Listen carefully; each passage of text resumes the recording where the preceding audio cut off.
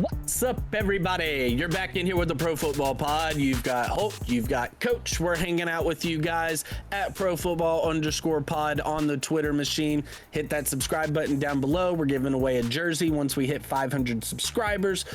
Every 500 subscriber benchmark, we're going to give away a free jersey to somebody. The quicker we can get there, the quicker maybe one of you can get a jersey out there for the Freezies. Everybody likes free stuff. We're trying to give you free stuff. Help us help you. We've got the 2024 My Dudes selection. These are the guys that, if they are available in these rounds, we went rounds 1 through 8. If these guys are available for us, we're not even thinking. We're just hitting the draft button.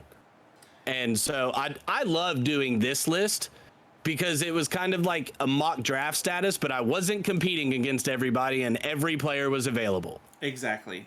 Whenever I made these selections, like, it would have been easy to say that in the first round you take Christian McCaffrey, but he's really only available for one or two guys to make that decision. So I tried to pick people that were maybe a little bit later down the list that you could have. There's a couple guys to make a decision on which one am I making. So I think we started off right away. In the first round, I have Bijan Robinson. And in ESPN and RTS Sports, he's the 5th pick, but in Sleeper and he's 8. And I think that 8 is probably where you're going to be more likely to get him in a PPR format. Breece Hall will be off the board. Christian McCaffrey will be off the board. And he's the last running back that I really, really like in the first round. After him, I think that Saquon, Jonathan Taylor, these are more second-round guys. I'm more likely to take a receiver in the first round. So if I'm gonna go running back early, which is a very good decision to make if you can get the right guy, I'm going Bijan. Arthur Smith's gone, so I'm all on Bijan. Exactly. Like, I'm all about Bijan Mustardson. Like, let's do it. Slapping on a hot dog.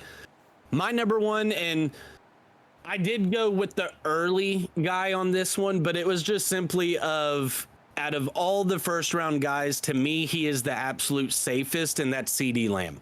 I love it. Even as a Dolphins fan, Tyreek Hill is there, but there's nobody else in Dallas. At the 101, I'm going CeeDee Lamb.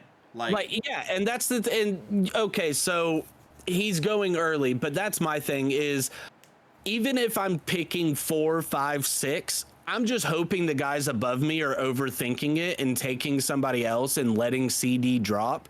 He's absolutely, if he is on my board in round 1, no matter where I'm picking, like you said, if I'm first pick, it's CeeDee Lamb. I'm not even thinking twice about it. Nope. The guy's going to get 175 targets this year, minimum. Yeah. And it's just a matter, really, at this point, like, it's the contract situation. Like, once that gets handled, you literally have no qualms about him. Like, he's going to come in. He's going to play week 1.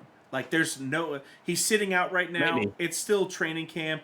I mean, I've seen videos of this guy being in, like, people's draft rooms and, like, just talking shit and having fun while they're picking him at 103. He's not going to not play.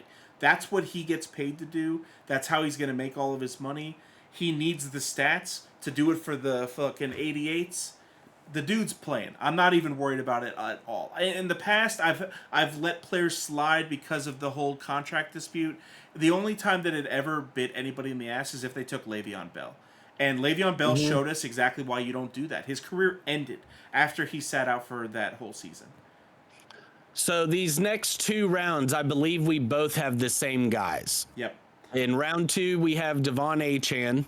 Yes. And in round 3, we both have Nico Collins. So I mentioned pre-show how the way you've been talking about him this offseason, it kind of shocked me that you had Devon as one of your guys there, even as a Dolphins fan. Yeah.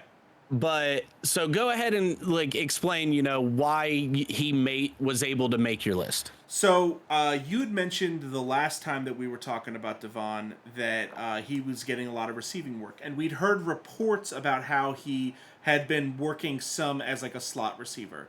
Well, we saw it in the second game in a very limited fashion that he ran a deep route from the fucking slot. Like, they are going to utilize the best athletes on the field And Devon Achane is the best athlete in the NFL right now. Especially with all the minor injuries going on in that wide receiver room right now. That Tyreek Hill apparently is dealing with a minor hand issue. OBJ still on the PUP list. Yep. River Craycraft just hit the injury report as well. So, I mean, outside of Braxton Berrios, like, you're gonna have to work him into your receiving room because you need to get the ball in the hands of your best athletes. His first 3 games that he actually even played in, he had 41% of the snaps, 60% of the snaps, and 48. He had 7 touchdowns in those 3 games. Like, his efficiency is on a level that we've never seen before. Alvin Kamara was the most efficient player in fantasy football ever as a running back in his rookie year before Devon Achane. That's the type of production that you're going to get. Raheem Mostert's another year older. This dude is 22 years old. Like, he played in 11 games, got 800 yards and 8 touchdowns. That's ridiculous. Like, we just talked about in our sleeper picks about Jerome Ford.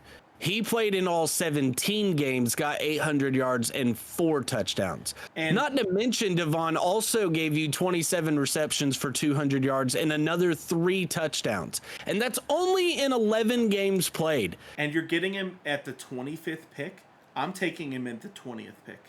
Like, I don't care. I'm taking him early if I have to, because he's the type of player that if I take a running back, a wide receiver in the first round, like a CeeDee Lamb at the pick 101, and then it wraps around to me, and Devon Achane is there, and I get to take him and Nico Collins back to back, that's exactly what I'm doing. I'm not taking a wide tight end or a quarterback because I take a top player at every position. Fuck that shit. I'm taking 2 sick receivers, and now I have potentially the best running back in football this year in fantasy. That's what his potential is. If he's healthy and he gives you the same type of production, he's easily going as a top 3 pick in every draft next year. Exactly. Like, no hesitation, no doubt. He is the ultimate boom or bust pick. Yep. Because if he booms, it's going to be amazing for you. So Nico Collins, I like him in round 3, and I actually like Tank Dell more than I like Stephon Diggs, and I almost added him to my list as well, but I don't think anybody on the roster is going to affect Nico Collins' production. Shout out to Chief Sut. He tried to tell us last year that, Nico Collins was Andre Johnson, just more athletic on the come up, and he said, watch out. I didn't want to hear the Andre Johnson comparisons, and I'm still not there yet because Andre Johnson is a Hall of Fame wide receiver. But man, the production that Nico gave you and the trust that you saw from CJ Stroud going to him consistently, the guy averaged 8 targets a game.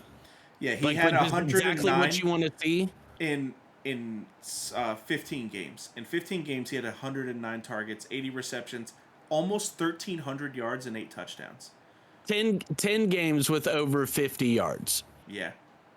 Like, and in a half point PPR and a full point PPR, to me, whenever I was going down and I was looking at it, he's right at the end of the 3rd round for you. Man, I would probably take him in the middle, or if you're drafting at the end of the 3rd, the fact that you can get him and know that you can wrap around with somebody like Michael Pittman or Patrick Mahomes. Yeah. Like, to me, you're just playing with fire at that point, and it's just house money. Like, Drake London has a lot more competition, I think, than Nico Collins does. As far as, like, Drake London's never actually done it. Like, he's had this bad quarterback play and whatever else. I would rather have Nico Collins because Nico Collins is 25 years old, and he did it last year. And the year before that, he started doing it in the second half of the season. So we've already seen him taking leaps and bounds in his production. I think that Stephon Diggs helps Nico Collins. Tank Dell didn't really help Nico Collins. He was enough of a deep threat to take the top off the defense a little bit, which helped the running game with Devin Singletary, but it didn't really help Nico Collins. I think Stephon Diggs is going to make it to where they can't just draw a safety over top of Nico all game long. He'll eat from underneath if they do that. He's done that against the Dolphins for the last 3 seasons. He just eats underneath. That's all he does. So I think Nico Collins might be top 5 wide receiver, and you're getting him at wide receiver 15. Like, he has that potential. Mm-hmm. So who'd you have at number 4? Jalen Waddle. And I can't believe that Jalen Waddle is going in the 4th round. I get that Tyreek Hill's going to get more targets and everything else, but Jalen Waddle missed 3 games last year. Now, And did you hear the interview with Tua? I'm sure you saw the clip about him talking about Flores and I stuff didn't like watch that. the whole thing. But in that same interview, he talked about how they were actively trying to get Tyreek 2,000 yards. Yes. Like they were targeting him for that. Jalen Waddle said, look, I'm here however y'all need me. I'll do whatever you need me to. Yeah, let's try to help Reek out and just hit this milestone because we know he can. Yeah. That's not going to be the same this year. So I they're think trying it to win comes the back Super to Bowl where this year. they're both getting about 10 targets a game. Mm-hmm. And if you're giving me 10 targets with Jalen Waddle, yeah, him going in the 4th round, almost the 5th round, is a travesty. Yes. I think that in the past, if you go back like 6 seasons, maybe 7, whenever Stephon Diggs and white boy for Adam Minnesota, Adam Thielen, they were both like kind of the 1A, 1B on a super high powered offense. They were both going 3 picks after each other in the 2nd and 3rd round. And Tyreek Hill's still going to have more value, I think, than Jalen Waddle because he is still more of a veteran guy. He understands a little bit more of how to get open. My only issue with Jalen Waddle last year wasn't the games that he missed. It was the games that he missed one of the halves. He would get this like chest injury and then he would miss like 3 or 4 drives and then he might come back. But he's a total dog. Like, he still came back in those games. He's still trying to play as much as he possibly can. I think that his ceiling is potentially a top 3, top 5, maybe, definitely top 10 receiver. And you're getting him as wide receiver 18. That's he played 14 games, so he didn't miss many. But like you said, he wasn't healthy, like fully healthy in almost any game he played last year.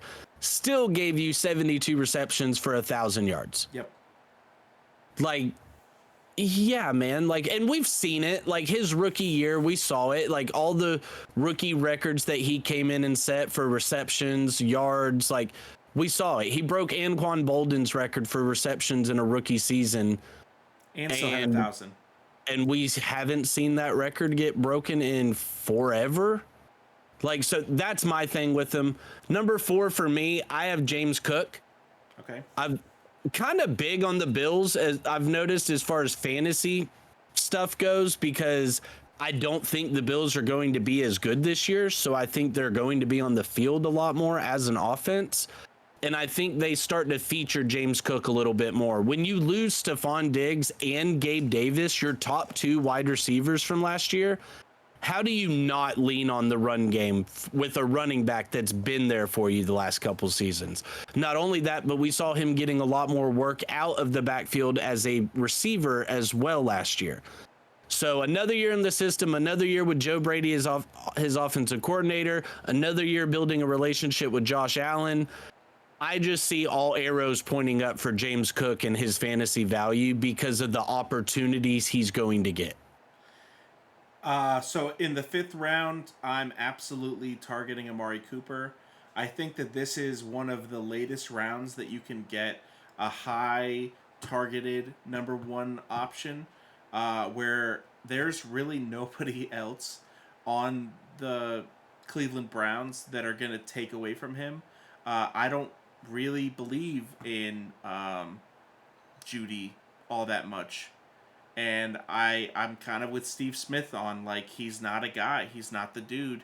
He looked good in college, but he played alongside Devonta Smith and Jalen Waddle, and he kind of just got to, like, live. One of the greatest wide receiver rooms in college football history. Exactly. So I think that the 46-point game that we saw against Houston, that's not really where he's going to live and breathe.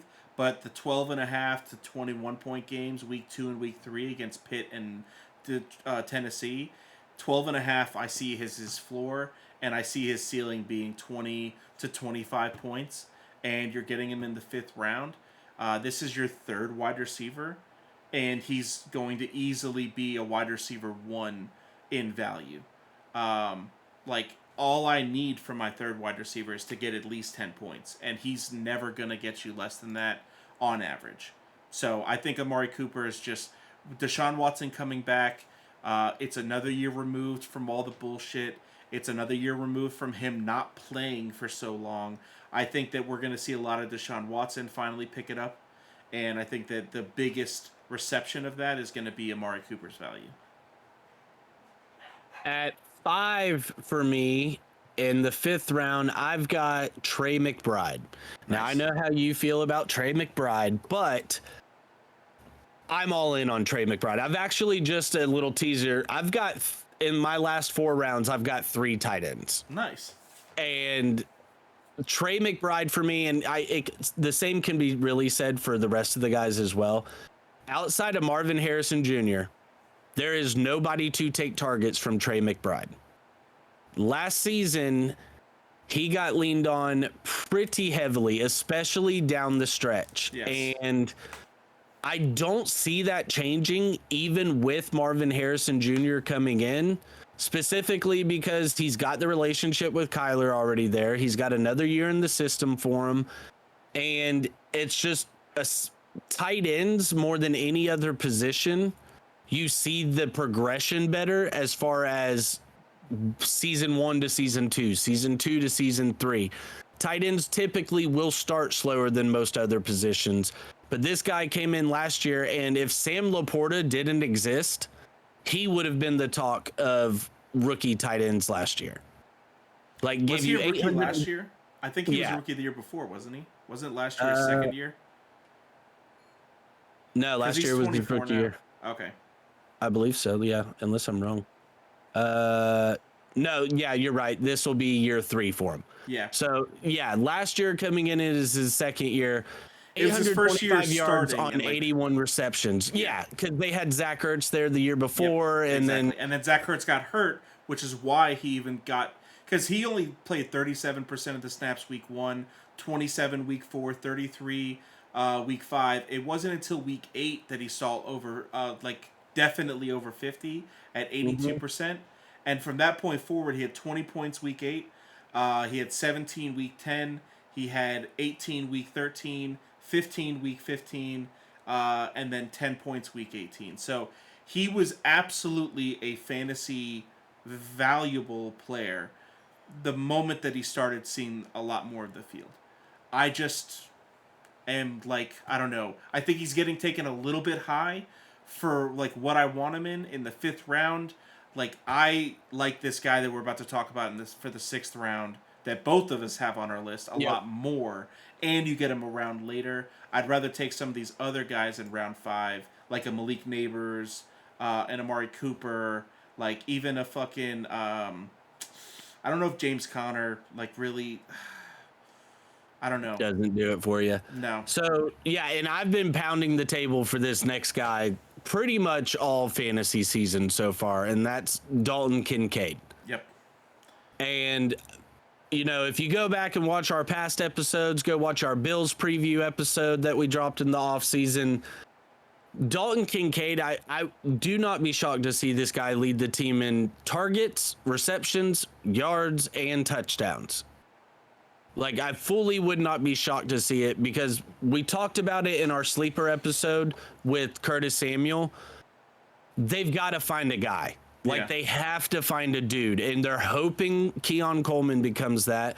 They're hoping maybe Curtis Samuel steps up himself, but we saw Dalton Kincaid do it for him last year, and we've seen how much Josh Allen likes to target his tight ends, especially in the red zone.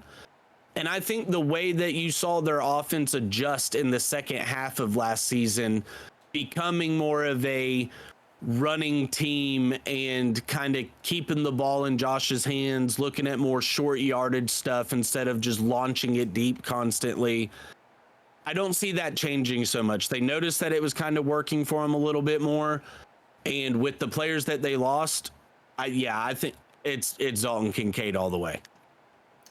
I completely agree across the board. I think that one of the best stacks that you can do is obviously Lamar and Mark Andrews. I think that Dalton Kincaid is in that conversation. If you get Josh Him and Josh Allen Allen, yeah. and then you get Dalton Kincaid, like you have the entire Bills offense except for James Cook. Like, Mm-hmm. Curtis Samuel's going to have value because of how late he's going, but Dalton Kincaid is guaranteed value at the tight end position. I mean, he's probably going to look at wide receiver numbers this year. Last year, 91 targets, 73 receptions, 673 yards. I see all of that going way up, at least 30 or Way up. 40% production. Way up. Seventh round, I have Rashi Rice. And I think that the only reason I have Rashi Rice at this point is it's two things. If Rashi Rice didn't have the offseason troubles that he's having, he'd be going in the fourth or fifth round right now, and he's not getting suspended. I don't think we've ever had a player. It would have came out by now. Exactly. We've never had a player that they waited until the very last week of the preseason before they suspended them. They know that fantasy football is a thing that matters to them making money. They're going to give us the information on this a lot sooner. The first 5 or 6 games he looked okay, but the final 5 or 6 games, this guy looked like wide receiver 1 potential. Oh yeah, from week 12 on, they just were like, "Hey, this guy might be a dude." Yeah. So I think that it's very simple. Hollywood Brown is already dealing with an injury. That's not good. Xavier Worthy is a rookie. He's going to get a couple of deep bombs. But the only other real person that you have to worry about is Travis Kelce, who's 34. Isaiah Pacheco is definitely going to be very valuable in the run game, and he almost made my list for the round that he goes. But I just think that of all those players, if I can get somebody on the Chiefs' offense behind their offensive line with the time that Mahomes is going to have, and I don't have to spend a top 6 pick on him, and I can spend my 7th round pick, that's value. Yeah.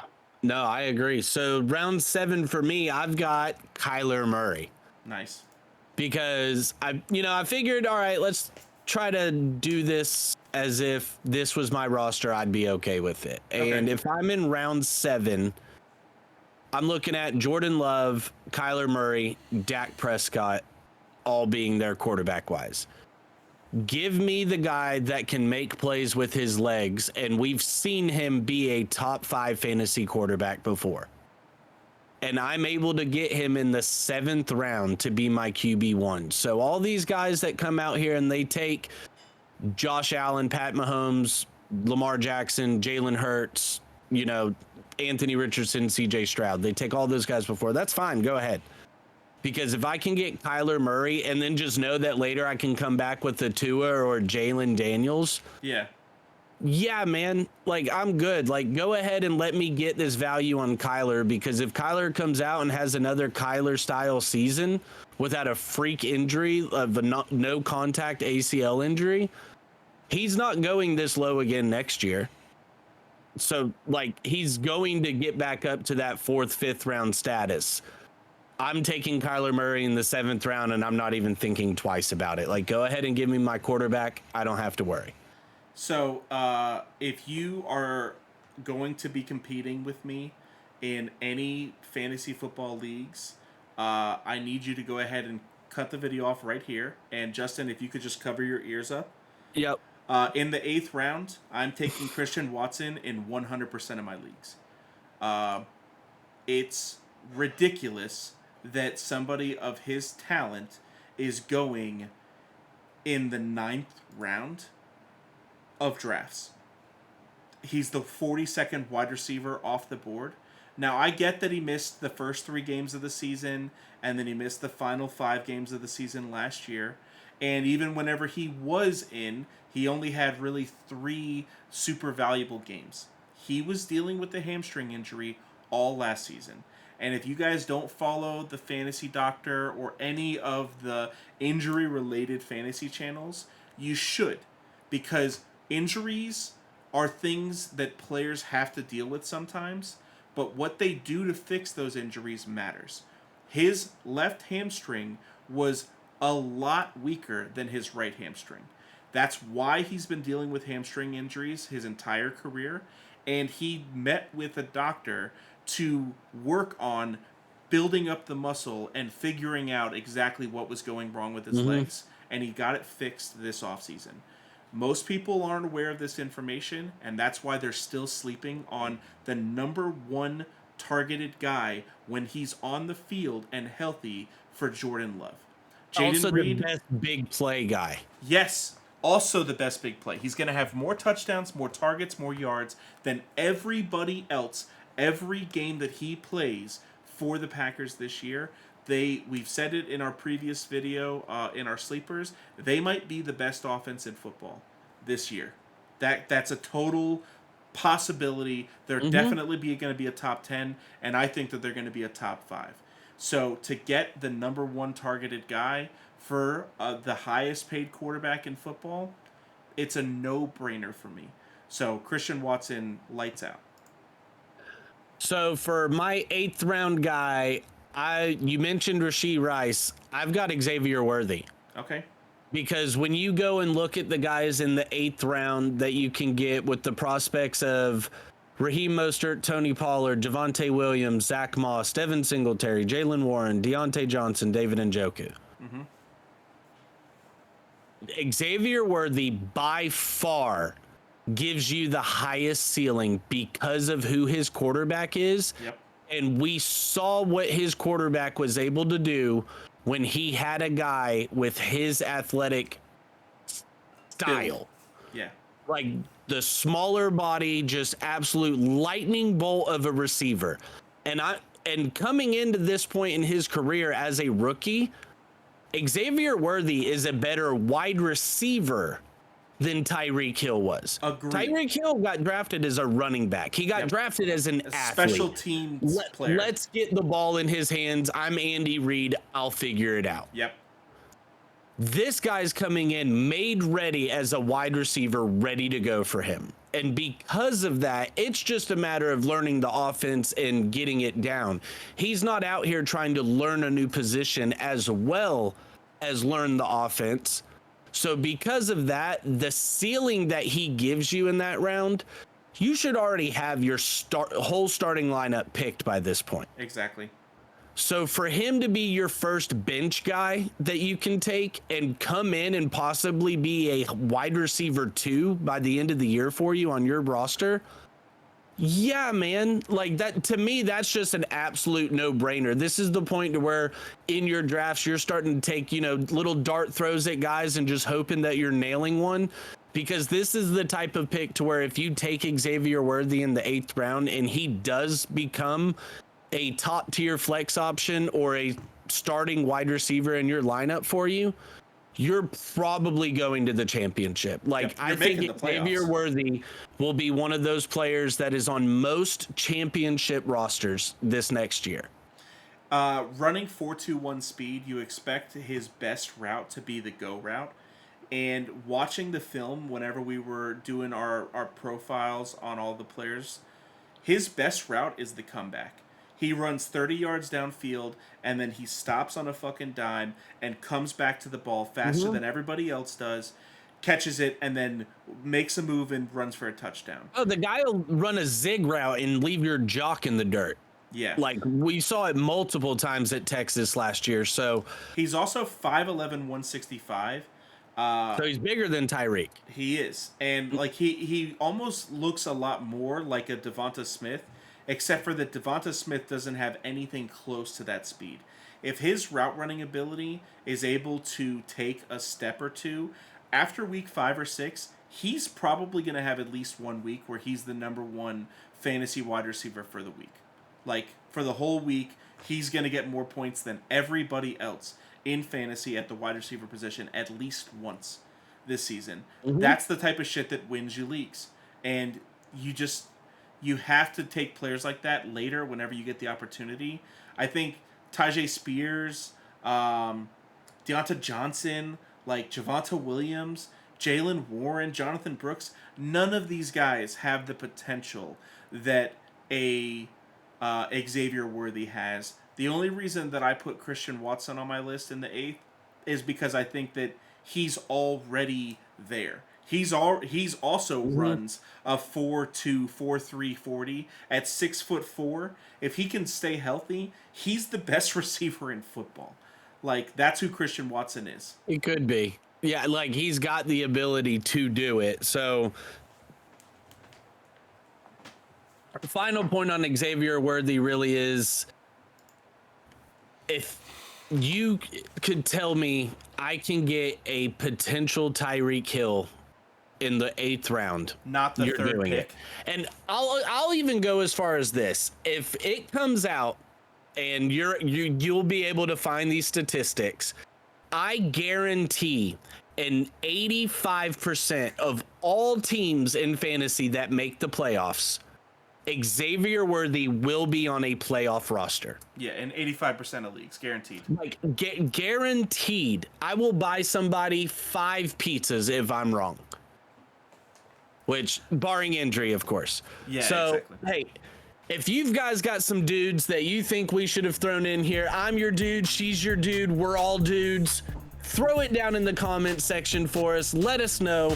We want to hear what you guys think. Hit that subscribe button. 500 subscribers, we're going to give away a jersey to one of you lucky viewers. At Pro Football Pod, or at Pro Football _pod on the Twitter machine. TulsiRoseTea.com is the sponsor. We appreciate you guys. We love you guys. Peace out.